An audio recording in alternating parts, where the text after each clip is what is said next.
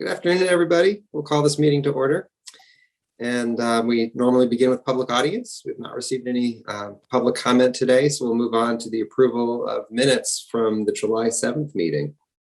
For anyone who was at the July 7th meeting, was there any feedback on the minutes? I didn't see it. Okay, here are none. They'll stand. We have a couple of updates, including the exciting Meadowwood acquisition. Happy days. Who was going to take the lead on this? Maria? I'd be happy to. Thank you, Eric. Good evening, everyone. How are you? Good to see. Good to see you too. We have really exciting news to share. I know we were able to send an email out to this committee last week, but we are in the process of making a very positive public announcement that we have completed all of the necessary closing paperwork to acquire Meadowwood. So it is official. We are now the owners of Meadowwood. So again, just a great job to this group. I would just like to, if I could, Eric, quickly thank a few key people.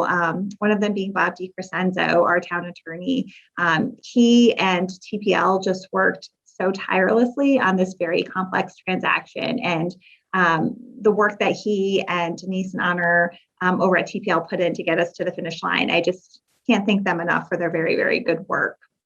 I'd also love to thank some of our staff members who played a really critical role in all the prep work that was associated to, again, help get us to the finish line. Tom Tyberski, who's on this call, Tom Fitzgerald, who's also on the call, Mike Glidden and Jeff Shea in particular. And a big thank you to our finance director, Amy, because she's helping us figure out how we pay for all of this. But most importantly, I think it's really important to acknowledge our wonderful community who overwhelmingly supported this project at referendum. 87% of those people who turned out at referendum supported the acquisition. And we had record turnout at our budget referendum. We had about 18.5% of our voters support this at that budget referendum. Normally we see closer to 9% turnout. So just again, a thank you to the community for supporting and funding this project. And of course, a big thank you to the Board of Selectmen for their leadership and their vision for this acquisition. So it's very exciting. We're going to be doing a ribbon cutting ceremony on Saturday, October 16th. It will begin at 10:30 a.m., sort of a drop-in half hour for just like refreshments. And then for those who'd like to stay for a formal program, we will have a program and speakers beginning at 11 a.m. that morning. We are also going to be circulating a parking map for folks who are interested in attending that event. So everyone is welcome. All members of the public are welcome. It will be outdoors, which helps us to make the event, much more COVID friendly. And then we have a rain date, just in case we get inclement weather that day. Our rain date is set up for Thursday, October 21st at 3:30 p.m. And then from there, there's still a lot of really good work to come in terms of working on getting, a farmer to take on a lease for the agricultural piece and, working on some of the barn restoration and signage that's really going to highlight the historic elements of the property. So a lot more good work to come. And I just wanted to also acknowledge you, Maria. You thanked staff, but you worked incredibly hard to make this happen. So thanks for bringing this opportunity to us. Thank you so much. Thank you. And just one very quick item that literally popped up today, because I do think some folks might be aware of this, but one of the barns that initially was not assessed to be an imminent danger of collapse. Some of the barns are very old, further into the interior of the property. They're no longer used for storage. But one of the barns that was actually facing Firetown, we're still not sure the cause of what happened, but post-acquisition, we were just aware of this today. The structure started leaning very significantly. So our planning and building department have been on site. I know our parks folks were on site earlier. And we are in the process of having that structure evaluated by a structural engineer to really see if it's unfortunately beyond the point of repair. If it's repairable, we will certainly do our best to do those repairs. But if it's not, unfortunately, demolition would be required. So we have, just in an abundance of caution, done a very small road closure near the barn just for everybody's safety while we assess the structure. Okay. Maria, thanks for the update. I just wanted to see if there were any questions or comments from members of this committee, or any questions about next steps. I just want to say I'm sorry that I cannot be with you at the ribbon cutting, but boy, what a day that will be. Congratulations to all of you. Thanks, Helen. Is the event on site at Meadowwood? It will be. Okay. And then my other question about the barn that you're bringing up. So this is another one of the 3 barns, or the different barns that are in the other part of the property? Yep. So this is one of the barns that's right near Firetown, and Tom Hazel or Tom T could probably give a better description, but right near Firetown and kind of Barn Door Hills, right along one of the barns right alongside the road. So there were right alongside the road. Right. Yeah, there were a total of 13, I believe, barns on the property. I hope I'm getting that number correct. When we started this process, and then some number of months back, when the previous owner had it, one of the barns became, into a poor condition and needed to come down. So I believe we still have 12 barns total on the property. So this would be one of the 12. Thank you. You're welcome. And then going forward, the decision as to what land will be what, and how it will be managed, how will that be handled? Right. So about 116 of the acres have deed restrictions for agricultural purposes. So a lot of the really good work that Marjorie and Susan and Tim and Tom Hazel and Tom T have been doing with developing our model agricultural practices and having a model lease, all of that is going to come incredibly handy for us in a short period of time.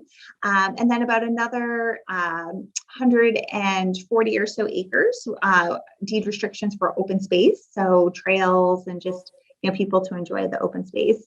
And technically, about 2 acres of the parcel are carved out for sort of historic preservation and some of the signage and preservation of the barns. And that will be definitely future work coming with a grant from the state Office of Historic Preservation.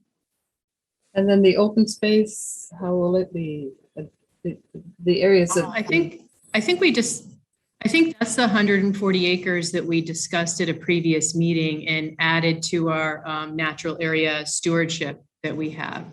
So that was planned to be the natural, wildlife corridor, nature. establishing the trails and doing, I'm sure there's some maintenance issues that are needed. How will that be handled? How will that be scoped out? I would imagine that the fields, especially around the Barn Door Hills Triangle, where we're having the barn issue, that'll be mowed pretty much in the same way we're mowing the Barn Door Hills Triangle and K Circle properties at this point, where it's going to be that once a year mow until we're told to do something different. Okay.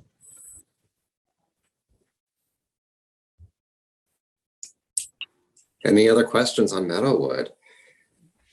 Very exciting. All right. I'm hoping for the ribbon cutting of securing somebody who has a drone to take a nice aerial picture. Just trying to think about how cool that would look. So if anyone knows anybody with a drone who's capable of keeping it in the air, that would be, let me know. Yeah, my neighbor who just recently got picked up by the fire department. He's the photographer for the fire department, but he's got a drone and stuff. So I'll pitch it to him. Hopefully he's not traveling that weekend, but he does all the pictures for the fire department now, and so he's really good with it. Yeah, let me know, Tim, if that works. That'd be very cool. Yep. I'll reach out to him tonight. If you run into issues, that's kind of in my bailiwick as a business. So if you run into a need, just let me know. Thank you. If you want to take it over, you're more than welcome, Kelly. No. Okay. I'll check with my neighbor. Like I said, he travels. We'll see if he's around that weekend. Okay. Yeah. Thanks, Tim. Yep. All right. Let's move on to the agriculture lease RFP work group. Tom, should I turn that over to you or Helen? I will have 2 questions. There are 2 documents, correct, on today's agenda, and I will have a comment on each one as you get to it. Okay. we've been working on the open space acquisition policy and the RFP document in the working group. We tried to take, I've been the one with the drafting of the open space acquisition policy.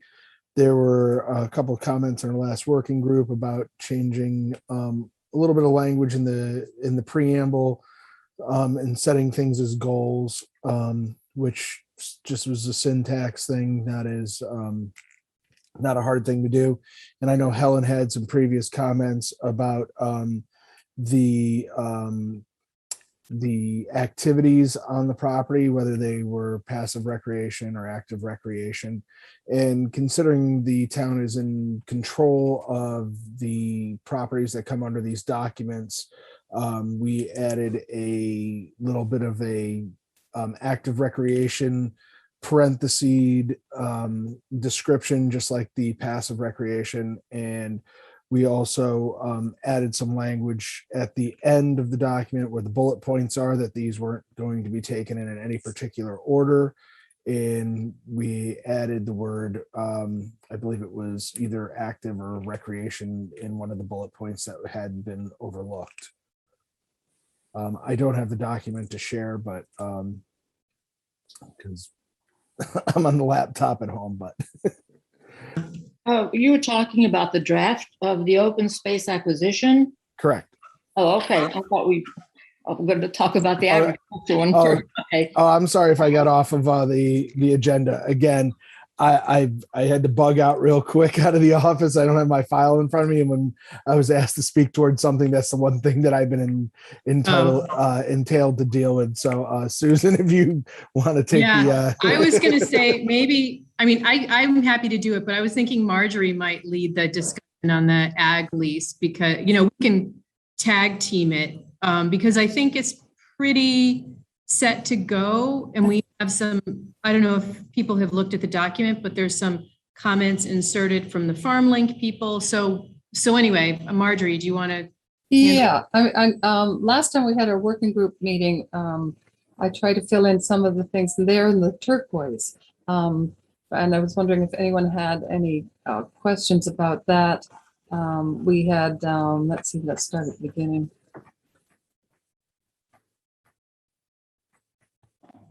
You're talking about that first document now, Marjorie. About the agricultural portion. We still have some things in yellow, some details that need to be filled in by town staff, but acres and I don't know if we want to go through all of the comments. We sort of touched on them last time at our work meeting. I don't know if anyone has any questions. We put in that it was going to be a 5-year rolling lease, and we clarified that in the document in our work group. There was a towns interested in having the farm. Under the section 4 desired agricultural practices. We decided just to simplify the agricultural lease or the RFP, to put that in as an attachment with some of the more detailed things that we wanted the farmers to do. So we put that in as an appendix. Oops, my computer was just changed from what we're looking at. Oh, thank you. Huh. All right, thank you. Yeah, you just tell me where you'd like me to navigate for you, Marjorie, right, and I'm happy to do that. Go down to the turquoise section. So those ones that I was, those were the things that we worked on. So that was the 5-year rolling lease. Related to that, do we want to go through this in kind of a systematic way to get it finalized today? Is that kind of the goal, to sort of work through this to finalize it? Yeah, I think it would be great. So, the RFP doesn't need to go to the Board of Selectmen, and ultimately my office will help with issuing it. So I think if folks, feel comfortable providing, feedback to what the work group has made for edits, that would be wonderful, because I think you guys have it in really good shape and it's pretty close to being ready to go. So yeah, that would be wonderful if folks want to provide feedback as, we go through the comments. Yeah. So anyway, that's why I just hit the stop sign. So you want to go back up to the comments? If you could go back to, sorry, whose turn is it? I was going to ask a question or make a comment about under the community profile paragraph, just scroll up a little bit. Okay, right there in the second paragraph, I'd like to comment about that, if I may. I can read the sentence. The Planning and Development Department manages our agricultural leases in partnership with our engineering department and the Culture Park and Rec Department. The next sentence is the one that's a little bit of concern to me. It reads, open space maintenance is managed by the Culture Park and Rec Department.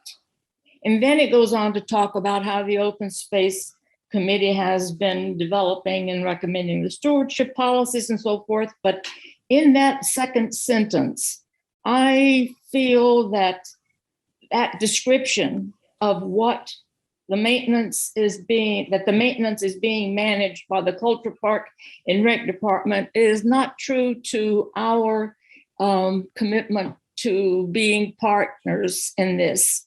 And I was wondering if we could make that sentence, perhaps as the first sentence, that the Open Space Committee should be involved in this level in partnership somehow.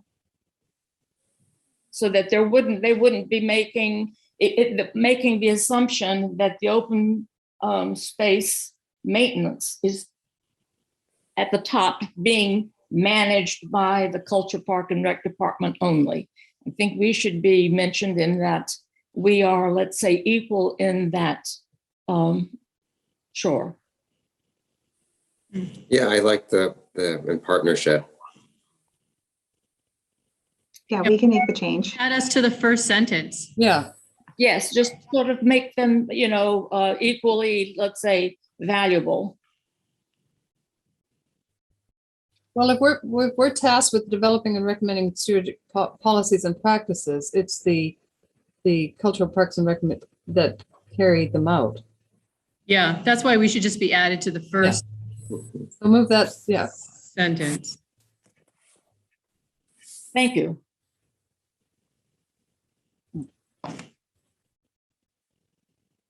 And then maybe move the last sentence up before the middle sentence. So shall Yes, somebody? we can't see your changes, Maria, but you're doing it. Yeah, I'm taking notes. I'm also not in the network, so I can't make changes to the document, but I am taking Yeah. notes about where you would like the edit. Okay, Yeah. perfect. Yeah, that's perfect. Good.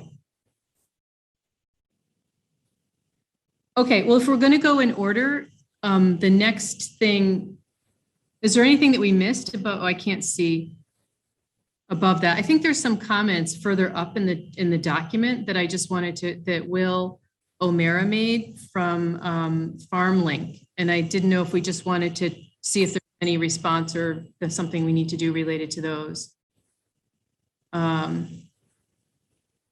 So his first comment on, in addition to soils, consider briefly listing resources, et cetera. That would be like on a lease by lease basis. So I don't think we need to do anything here with that. And then his second point about clarifying lease and license as language. I didn't know where we should use what or whatever, but I just thought that was a point to make, attend to that he caught in the document. It's not the town lawyer. Yeah, that's a great question. I'll ask Bob his preference in terms of vernacular, if we should be using license agreement versus lease agreement. So that's a good clarifier.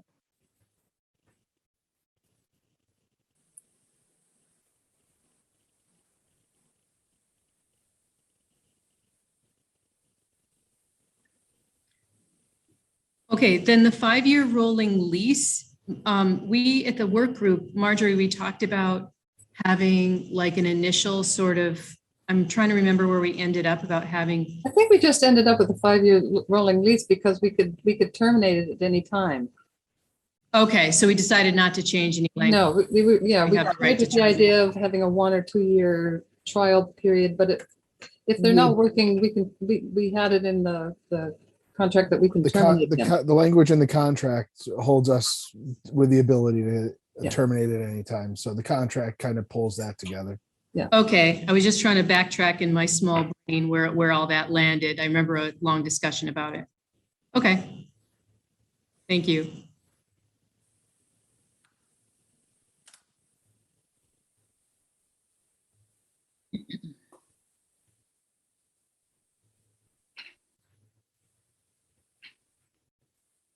And I think for the first comment, I think we had a discussion that they could go on to the property before they signed the lease to look at it. Is that right, Tom? Yeah, basically any agricultural person will want to see the lay of the land prior to that, just as long as there's a no hold liable thing, I think we'll be fine with that. Don't want anyone to go, I mean, even if people access our open space and twist their ankles, it could be an issue, but it's a no hold liable. Just if they want to take a lay of the land, I don't think we're going to have an issue there. No one's going to want to lease something unseen.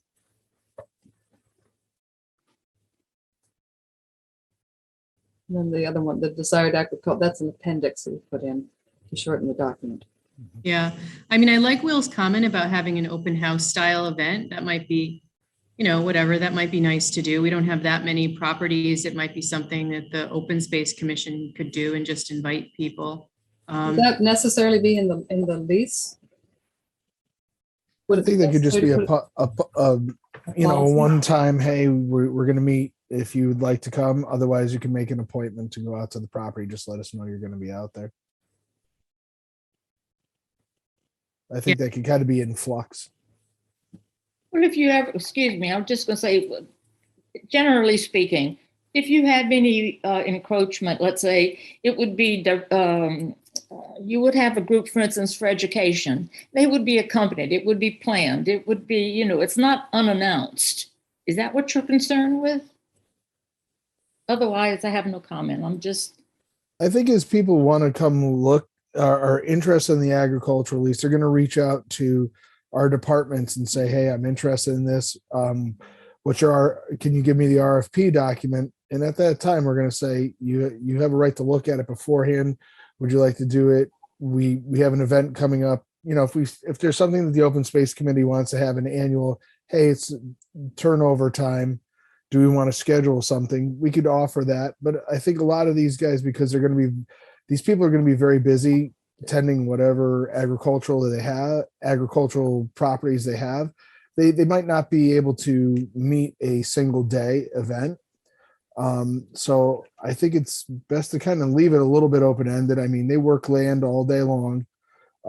If they're interested in a property and we give them the parcel and the general map of the parcel, they could have a good idea of what they're getting into prior to putting in their RFP. They could see the lay of the land. Most of our stuff has been maintained, as Tom Taberski said, with mowings and stuff like that when it's not in use. And it has nothing that we own has been so fallow except for the floodplain behind the WPCA that you can't determine where the general plot is. Anything outside of that, maybe if they request or if a group requests, we can make an accommodation to say, okay, well, we got 5 people interested. Would we all like to do an outing and walk the plot and show you where everything is as we determine that? I mean, does that make sense Yeah, I mean, I don't think it's an either or. I think they can walk the property, but if we add an open house or wanted to have a thing, we can just, play that by ear. Yeah, and when we have an open house, you're going to have to expect some kind of general public that may not be interested in leasing, but just wants to know what's going on in their neighborhood. So it's probably a good idea to at least have an open house when things are up for lease. But it doesn't necessarily have to be in the lease. No, I don't think it has to be a formal thing. I think it could be a when and if type of thing, because not everything's going to come up for lease at the same time. Yeah. You got to understand that some things are going to stay in certain hands for a period of time with a rolling lease. Yeah. But if there's one particular one, you could put it out there and say, hey, just for the local community and people who are interested in the lease, we're going to be out here doing an informational and show you what's going on. All right, so what's the next one? Hey, everyone, I'm going to drop for a 5 o'clock commitment. So thanks for picking it up, Marjorie. Okay. Wish everyone a good day. Thank you. All right, in the comment, are there additional documents that we are seeking in addition to applications such as references or letter of transmission? I don't think I think at the work group, we decided not to.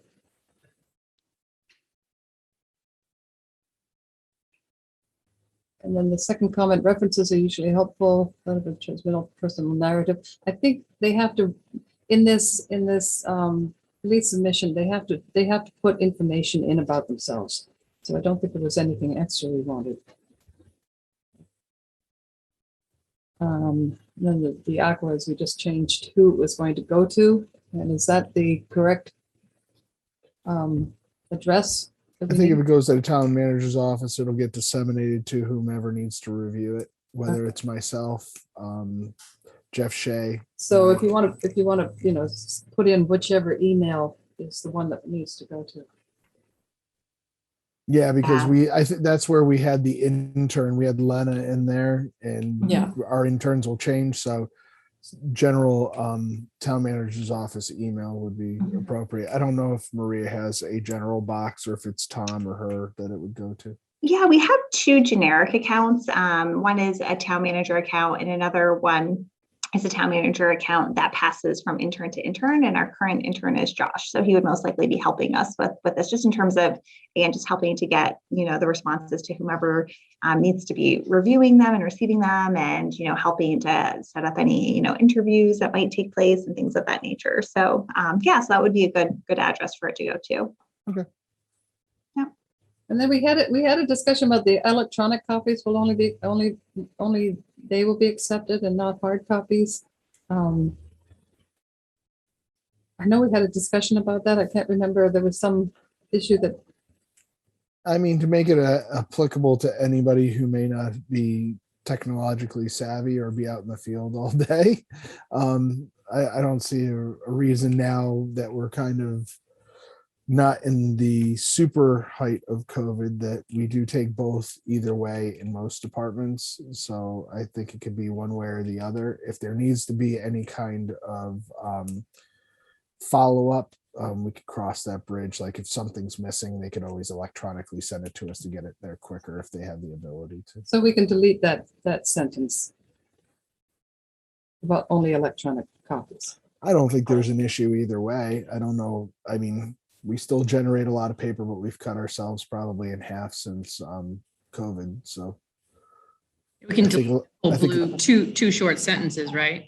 Yeah, and we can, again, if you think that there are farmers who might prefer to do hard copy, again, just I think to be sort of more customer service oriented, leave that in. Typically for professional services, we've shifted away from doing hard copies and we request electronic copies only. It just helps with, then we don't have to do scanning, and it does help expedite getting the information to people.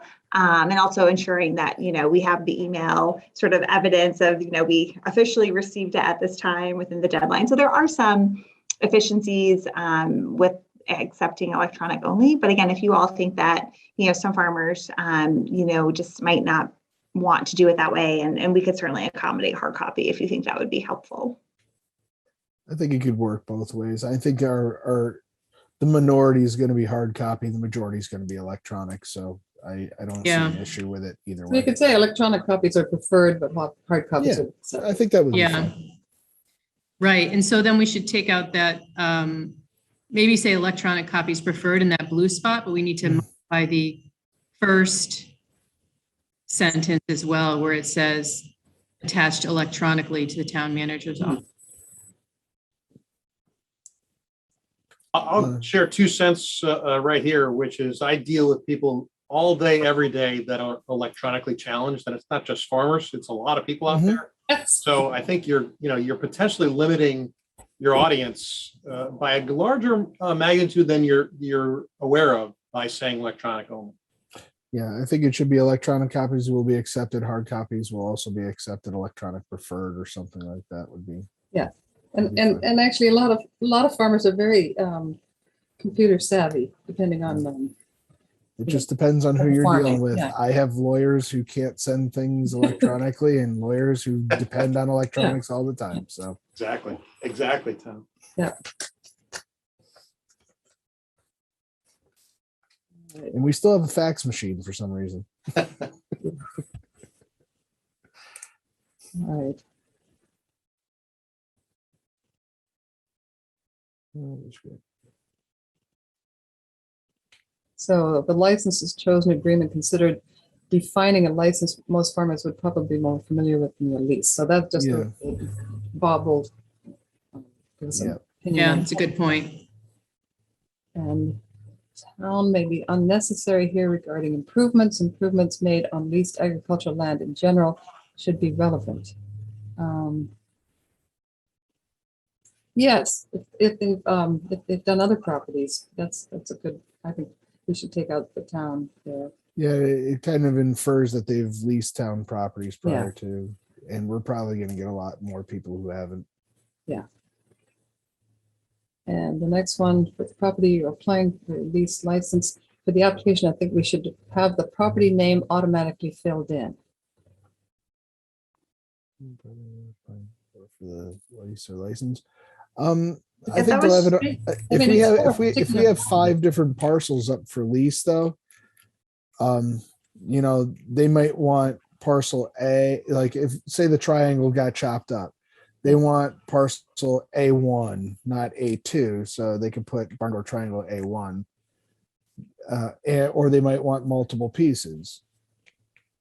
Is this listed further earlier in the application, which parcel they're applying for? So if it is, Okay, if it's listed, if we're doing an RFP for particular, then yeah, they Yeah. don't need to list that. That's true. Mhm. no, Yeah, they would fill out a similar RFP for each parcel that they're interested in. Yeah. Okay. I actually think this is a good check and balance. It's like when you get on the airplane and they're like, okay, you're going to Portland, right? You know, this is the town you're going to. Kind of. Yeah, I could see that side of it too. so that they should know which one they're applying for.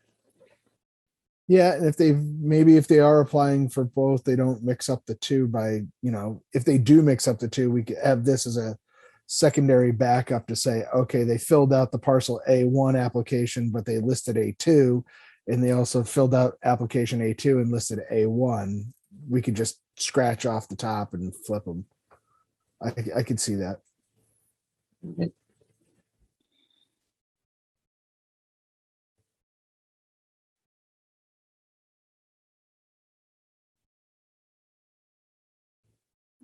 the next comment is, see comment above in the property name. So it's again, Mortgages are redundant. most legal forms are. And then the purple comment, is there a floor you're willing to share with applicants? Example, what past tenants have paid, otherwise consider sharing some resources, how to determine fair rent. Are they going to be proposed? They're going to be proposing, yeah, of course, they're be proposing the fee. So would we have in mind what we're interested in? I mean, it would. I mean, most RFPs I've ever done is usually, you know, it's a bid process. Yeah. I mean, if you have right of refusal, but at the same time, you know, you're taking usually highest bid. So, Yeah.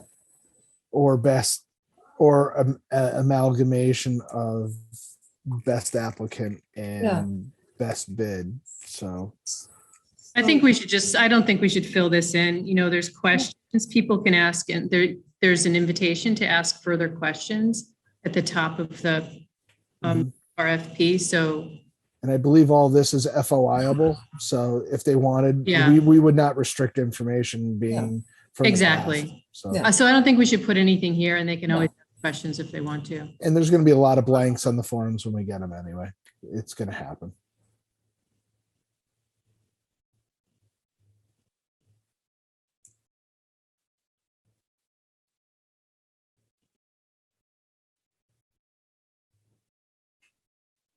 I think that's it for the document. One tiny thing on the season 2021, 2022, just so that you don't have to change it every year. I wonder if you might want to just put year 1, 2, 3, 4, 5. Otherwise, you're going to have to keep on editing that document. Good point. Oh, Yeah, you can't make it. You can't make it year specific. That would be a problem. Bravo, well done.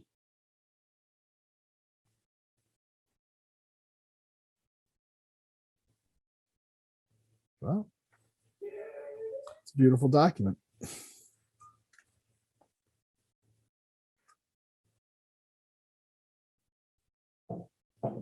It says, Okay. Are there more? It says page 7 of 12. Keep going, because I think there's more stuff to go through. So this is the Just the appendixes, yep. this is the appendix.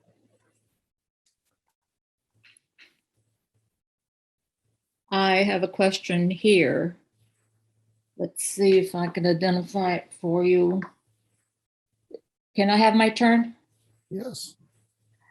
The title here in this document says Appendix 1. Are there other appendices and or appendix to what? Is this a piece of the document that will be attached to a contract? Just to clarify that, that's all.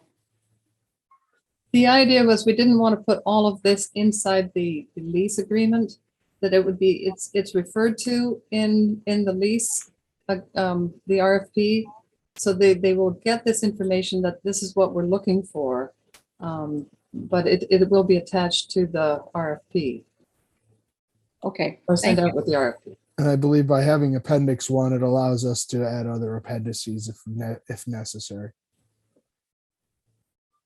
Do we ever refer to Appendix 1 in the prior document? I believe Yes, so. Yeah. it's one of the, if we go up, it's highlighted in aqua. It's I think section 4. Okay. You know, it's been. 2 lines. We wanted to You make, never I remember you called it had out. you had a comment that we didn't want to put too much into the document because then the farmers would get overwhelmed by the RFP. But then this was the compromise to put it in as an appendix. The light reading on the side. Yeah.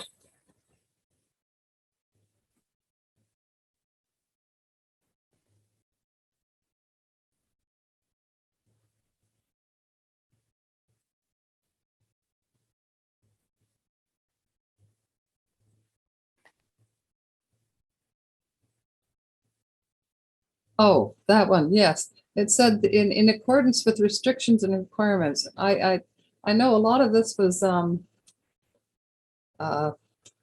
adapted from I think Wallingford or Manchester or some other town that had this policy, and I couldn't find out where this was from. So the state of please may treat and remove plants, shrubs, or trees designated as invasive species per the state of Connecticut in accordance with restriction and requirements, but I couldn't find out where, the original document, where those restrictions and requirements were for, or what we want to mean by restrictions and requirements. Maybe we could change that to best practices. That would be much better. And you know what I'm wondering too, particularly since we're referencing invasive species, is that right? If we can't accomplish that through, say, hand pulling, or perhaps some sort of mechanical tool, maybe if somebody's using some sort of herbicide, right? You'd have to follow the state requirements for that. Perhaps that's the only thing I can think of is if you're getting into like, say, some sort of like aquatic invasive species and other methods have failed, and now you're using some sort of, maybe like herbicide, that, right, there's like certain requirements. Other than that, I'm not really sure what state requirements there would be around invasives. That might be covered by best management practices too. Yeah, that's true. That's true. Under most of the state stuff outside of aquatic, which would take a state state permit for, right? You would be most likely starting outside of mechanical cut and paints rather than full blasting of invasives. So there's tiers that the state actually goes through on a lot of that. So I think the best practices and referencing the state would actually put us into a criteria that's already been dictated by the state that we could refer to. So just change the restrictions and requirements to best management practices. Yeah, I think BMPs would be good there. Yeah.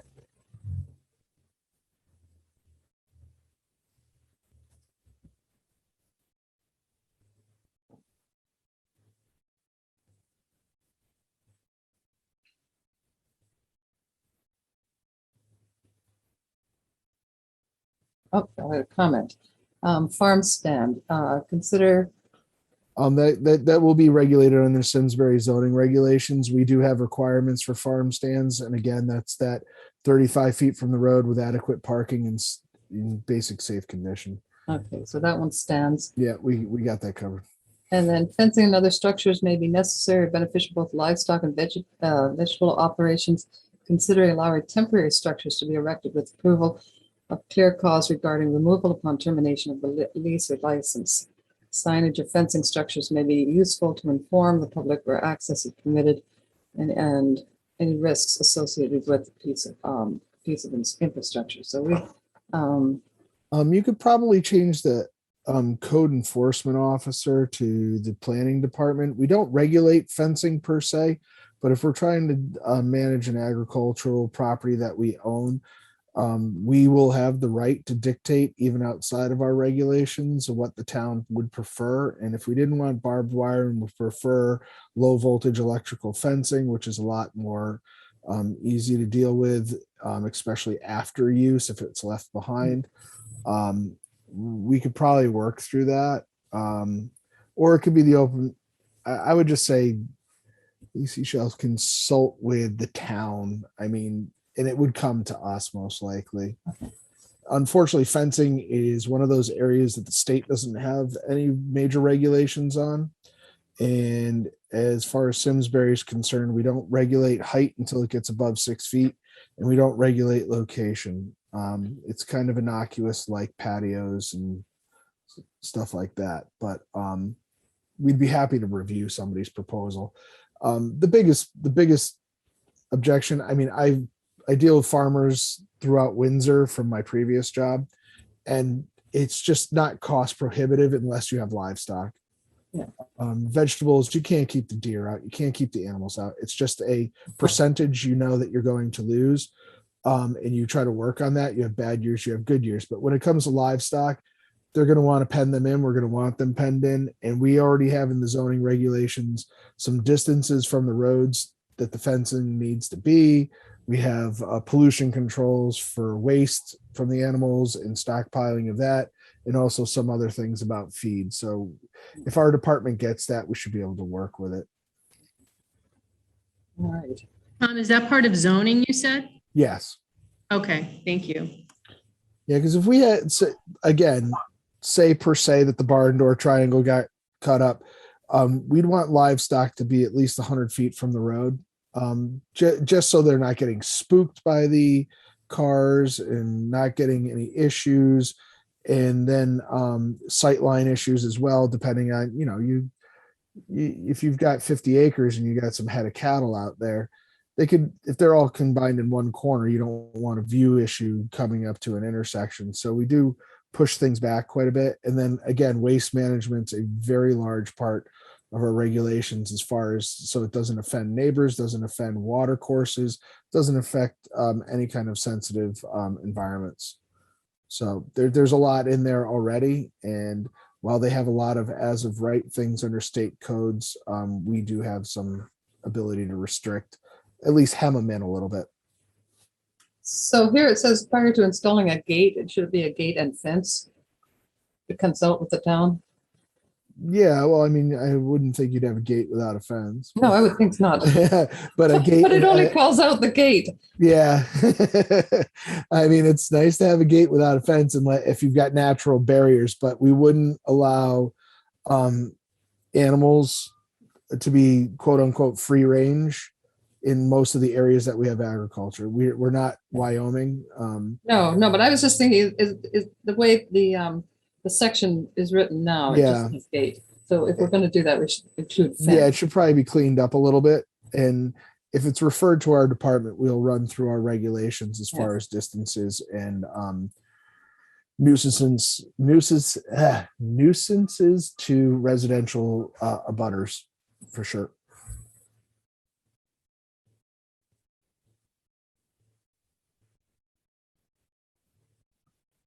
And Maria, if we're changing that around, we could talk about that. So we clean that up. The next one is notice required for the right to enter a property and ensure the aforementioned the licensor. So as the town, we have the right to enter the property. Do we need to provide a week's notice prior to inspection? We would like to be notified prior to, I don't think we need a week's notice. We'd like to be notified. I mean, even if it's considering we have weekends. So I think this is for us to go, I mean, the town to go on the, Oh, for us to notify them, just say the town will give notice. I mean, because we'll have all their vital information. If there's an issue, we're going to notify them anyway. I don't see a reason for the town to be out there unless we have an urgent need to access something on the other side. so we would give them notice before we went on the property. Yes. So That way, if God forbid we have a utility on the other side of the property and we need to get a backhoe across their fields, and if there's going to be any damage to the crops because of that, we're going to have to deal with that, and we'd have to give them notice for that. So we'll just that's give them that's a notice. worst All right. case scenario. So so we retain the right to enter the property and we'll give notice. Give proper notice. I Proper think. notice, Yeah. All right. I think that would hold up enough. And then the other one, the last one was, we did discuss in the work group, the breach of contract as set out in the lease agreement. Yes. I sent, I believe Marjorie and Susan, I believe I sent you a copy of a couple of the contracts we had, or at least one of the contracts. Those are all legal documents. I wouldn't mess with them without Bob DiCrescenzo taking a close look at it. But we do have a lot of caveats in there in order to terminate, whether we decide to use the land for something else or whether there has been a breach of contract. I think that's pretty straightforward in the contract. All right. So I'm glad to see that we really didn't have that many comments from the farmers you consulted on our agricultural practices. So I think we've addressed all the comments, and Maria, you got all the corrections. All right, then we're Susan. I hate to be a super big pain. Oh. I've just been thinking a little bit more about the one about the if we're going to use some herbicides, or what are we going to do to deal with invasives and things like that. And we basically said, we're going to follow what the state of Connecticut says. And I think what we should put in there is some kind of an option, follow best practice by state of Connecticut, or in consultation with, there may be better practices through like NOFA, Northeast, Organic Farming Association, or, we may know of something. I mean, I've thought about with invasive species, I got these giant battery things now. We could probably go out there and like boil water on site and just pour it on the things we want to kill, right? So I don't want to have our language like, we're going to use what the state says if we think of something that's less toxic and better and cheaper, actually. From the farmer standpoint, I'm going to tell you, they're going to go for the quickest thing they can possibly do. But if we offer a service, it's going to be up to volunteers in order to do something that isn't as quick as they could possibly do. But I understand that there's other options and there's ways to do it outside of volunteer work. I'm just suspect of, I don't want to give a farmer the full caveat. Obviously, don't let him just do whatever he wants, because it'll be roasted. But there are fire methods, there are hot water methods, there are some other things that do work really well. Just setting that, and then maybe adding or under consultation. We just want to add an or. It's just an or. Just so we get at least a look at it prior to them just running off and say, hey, I followed the state mandate that I could spray all this stuff all over here. Well, but you're right, Tom. Best management practices it's a hierarchical thing. You start with the lowest possible thing. Helen. How about maybe the wording, just like Susan and Marjorie are suggesting, say something like an option with opportunity for, say, emerging best practices, so that you leave yourself open to a possibility of something new coming up that could be advisable. Yeah, and best management practices are always changing. So just make it a rather general thing and say about the emerging best practices. Yeah, as long as we don't close the door on ourselves, I think that's safe. I don't think that would be No, I don't think it's going to be a deal killer. That's for sure. Okay. All right. So where do we go from there? I mean, are we happy with the the agricultural lease RFP with the corrections that we have made? Do we want to see it again? Should we send it on? I'll go with what you say. You've done such a wonderful job. I have to say, I'm very aware of the work, the time, the effort that all of you on the work group, whether it's the committee members or town staff, you've gone way beyond whatever. It's great work, and I am appreciative, very Well, appreciative. I want to thank those towns that have gone before us to give us these wonderful guidance documents that we could just manipulate into ours. So, that was the biggest help. So do we need to vote on this to forward it to nothing? No, I think just consensus and, Tom and I can work on the edits and, maybe we can just circulate a quick sort of, final copy to everybody before we go ahead and start issuing these. But no, I mean, I just want to echo what Helen said. I can't thank you all enough. This is one of those items that I've been hoping for almost, since I got here because we've never had an agricultural lease RFP ever. And this is a best practice. So I just cannot thank you guys enough for this incredible work. Thank you. And let's all remember that this is not something that is uneditable moving forward. Right. So right. if we roll through our first RFP and we see a hiccup, we could always adjust. So I think having what we have is pretty solid, and I think we'll do good moving forward. But again, we could always edit as we move forward. Excellent. All right. Well, it's nice to have something checked off. Yay. Yay. So now do we go to the draft open space acquisition policy and see if we can do as well? Certainly. I spoke See if out we of can turn get that before. Let's do it checked off again. too. All right. So Maria, do you want to put that one up? What was the question, Marge? We're now going to go to the item 4 of the draft open space acquisition policy and see if we have consensus to send this one forward as well. Yeah, if you go up a little bit, Maria, we changed, we didn't have the one with the highlights. We changed in the first paragraph to third sentence. Our goal is to promote social interactions, healthy living, environmental, rather than our mission, because we have an overarching mission, but our goal would seem to be a better syntax for that line.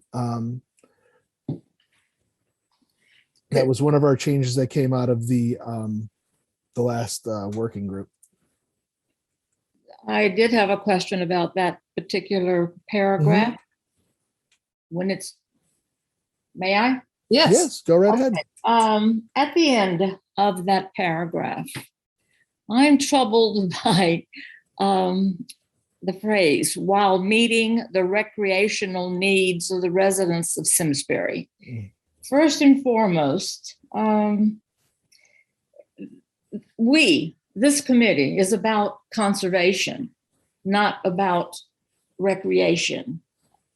That can be left for culture parks and recreation. Yes, the people who purchase and preserve this land must and will find ways to recreate themselves, but this implies active. I'm worried about that active piece in there. Again, in the second paragraph, where it states, or active recreational, such as, and you make a description, put it in the description, but at the same time, you say more intensive uses, or active recreational, such as, I just really worry that that's not what this is all about. Our golf course is open space. All our parks are open space. All our preserves are open space. Our hiking trails are open space. Right. Open space is a broad general term of town preserved lands for multiple uses. It can't all be just woods. So we have to accommodate both passive and active recreation. Otherwise, Curtis Park would never have a soccer field in it. That's open space. Excuse me for interrupting you, Yeah, but go ahead. my intent is not to do what you're saying. For instance, Meadowwood, you have a carved out piece that is to be planned and used for active, of recreation. So, I mean, that is understandable. That's understood, but it's also open space. I'm sorry? But it's also considered open space. Open space is a broad general term over all lands held by the town.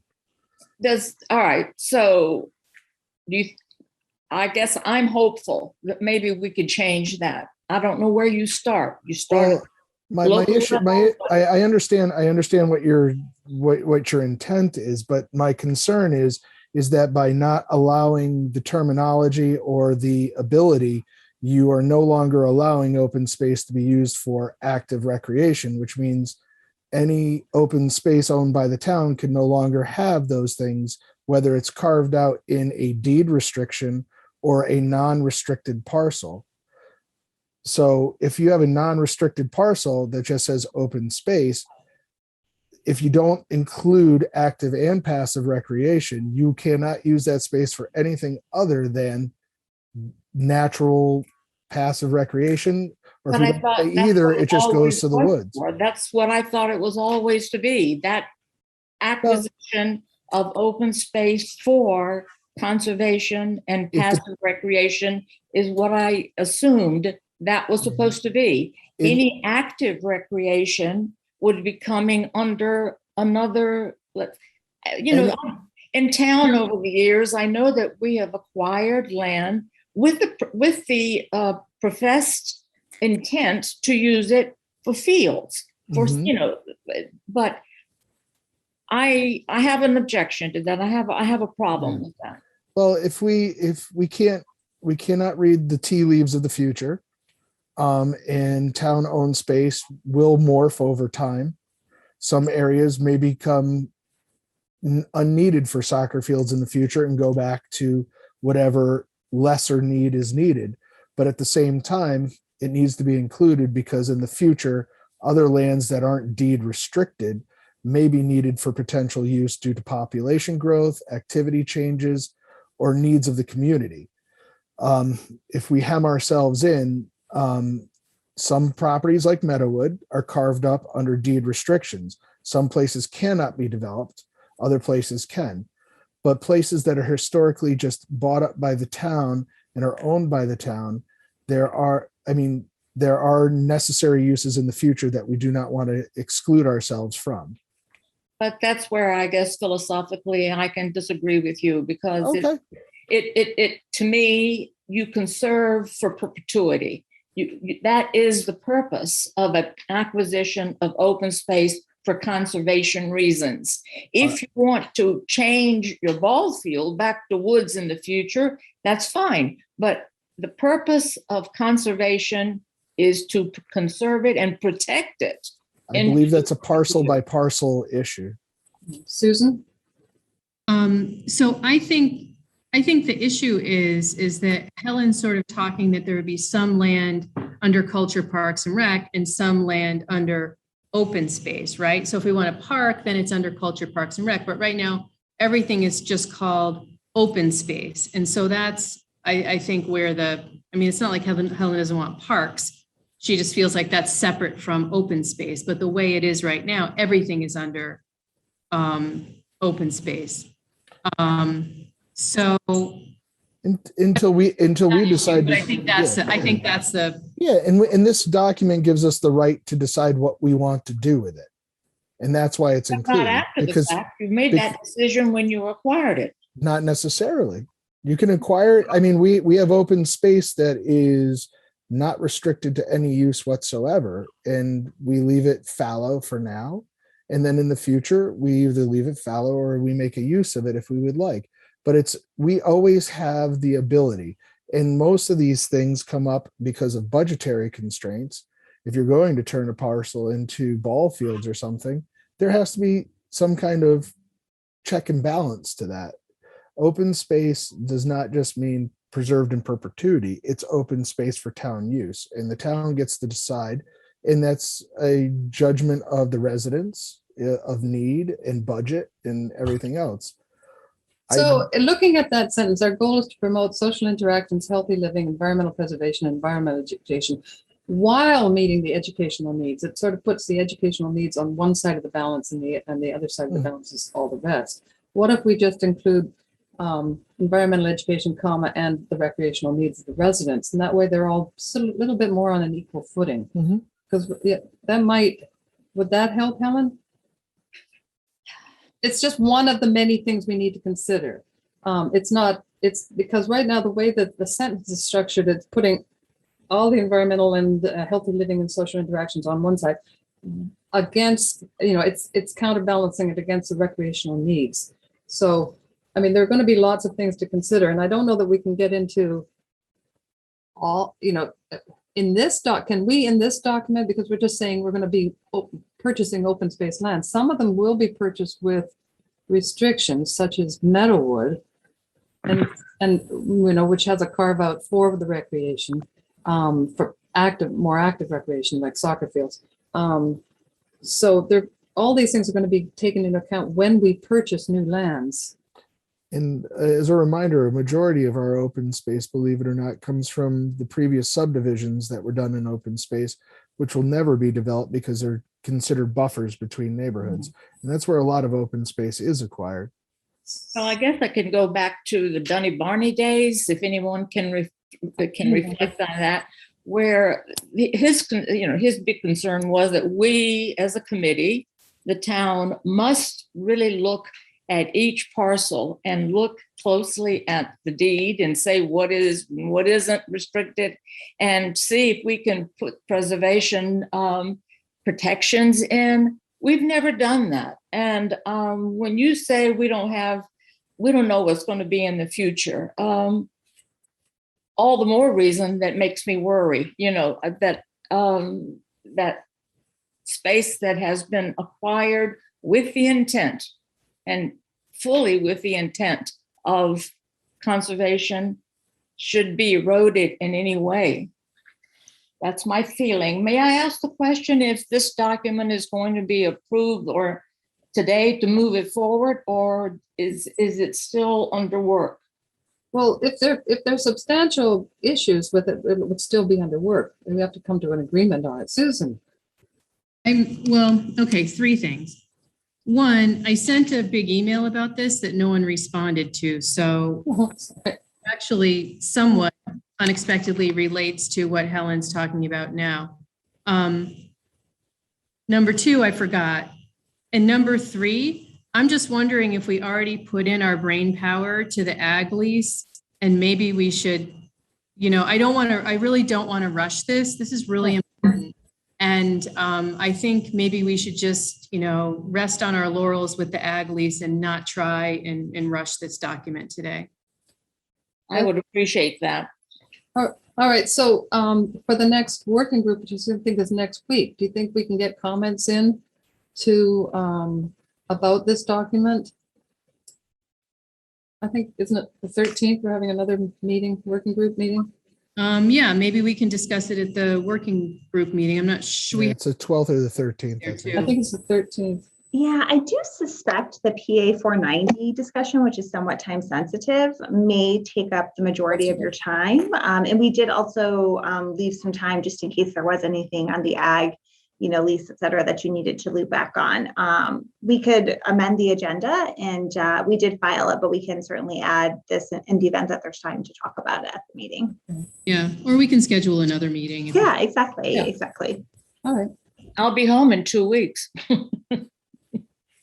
All right. But in the meantime, if anyone wants to take a look at this document again, and in anticipation, just to move it along, we can, depending on how many comments and the edits, we can look at that maybe at the next meeting. But just real quick, and I apologize, I was in and out there, but what you were just talking about kind of falls into the area that I'm most involved with Parks and Rec, and B, that I actually have a personal interest in. I really don't have much value add on the lease type agreement, but I'd like to be able to be a part of the discussion on this piece of it, because I think, Helen, you brought up a very good point. And, there's a lot of, when we have things that are in ambiguity, it's okay for now because we're here, but we have to consider long after we're gone how things will be handled. So I think that's a great point, Helen. All right. Thank you. So we are having, I don't know if it is on the next agenda for the 13th. Kelly, you can join us there. Otherwise, we'll have another work meeting and we can add you to that agenda. Yeah, the 13th. It's a week from today, correct? Yeah, at 4 o'clock instead of 4:30. That sounds fine. Okay. Tom Fitzgerald will hopefully include Kelly in the distribution list, or Maria. All right, good. So, all right, so we'll table that. And then there was the 2022 meeting schedule for committee and work group. Was that attached? Yes, it was. And Eric Wellman and I Okay. did a little bit of brainstorming on this. And, our thought is that perhaps just to save us on scheduling and canceling meetings of the full committee that we don't need, because the work group has just been so active and doing tremendous work. Our thought was maybe we just keep that first, Wednesday of every month at 4:30 and alternate full committee versus work group. And then if the work group needed additional meetings because they're, buzzing along on projects, we could, schedule additional meetings if needed. But we thought that just might be a good way of holding and reserving the time. So we're not canceling as many, full committee meetings when they're not needed necessarily every month, when the work group is doing really good work, sort of in the off month. So that was just one thought we had, and No, I wanted think to float that idea. That's a great idea. I think several months ago, we decided that if there wasn't anything for, wasn't anything for the open space, the full group, we would go to a work group day on that. So Exactly. that fits that same thing. It's that same concept. It Yeah. was Do you want me to have that pull? one. Yeah. And do you want me to pull the schedule up, the sample? Actually, yes, please. Okay.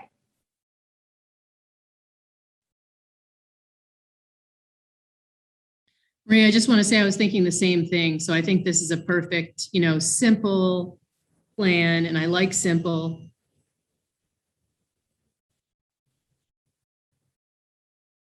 It's at the very bottom.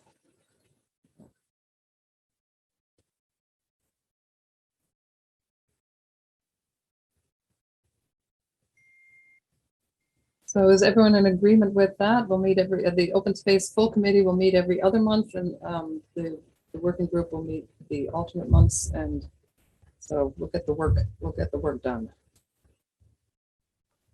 Any comments? I just noticed one typo on the June 1st, 2021. We'll make sure we change that to 2022. All right. Well, with that correction, do we have a motion to approve the meeting schedule? So moved. All right, do we have a second? Second. Kelly, all right, all in favor? Aye. Aye, all Aye. right, good. And then the final item is the adjournment. So do we have a motion to adjourn? I'll make that motion. All right, thank you, Kelly, and the second, Helen? Oh, I have an we have announcement. something else to talk about. Oh, okay, never mind. We'll hold Are you adjourning? That was on the schedule, but was there something else you wanted to discuss? Just quickly, I have an announcement to make. The Green Book has surfaced. So yes, my good daughter went and looked for a file box that I thought about, and she found it. So Susan, have you gotten it yet? Alyssa was supposed to bring it to you. Yes, but I didn't want to mention it, and I don't have it here. I'm at work, and I haven't even looked at it because I can't. Well, That's okay. I just I'll wanted to just say it's exciting news. I found my copy. All right, the lost has been found. Excellent. All right, we look forward to finding out all that's in it. And so, Kelly, you a motion to adjourn, and who's going to second? Helen, would you like to second? Sure, second. All right, and all in favor? Aye. All right, thank you very much. And thank you, Maria. Thank you, everyone. Yeah. Thanks, everybody.